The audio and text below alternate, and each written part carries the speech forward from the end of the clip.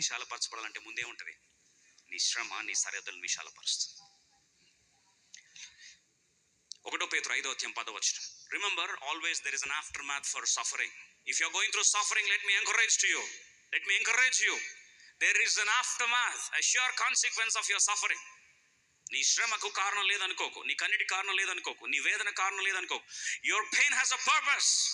It's not your meaningless pain, it is not a meaningless tear that you are going through. కలువరిశిలోకి ఎక్కేసరికి యేసు ప్రభువు వారు ఉన్నతమైన కలువరిశిలో రాత్రి భయంకరమైన గెత్సెమనే అనుభవం, చెమట రక్తంగా మారింది.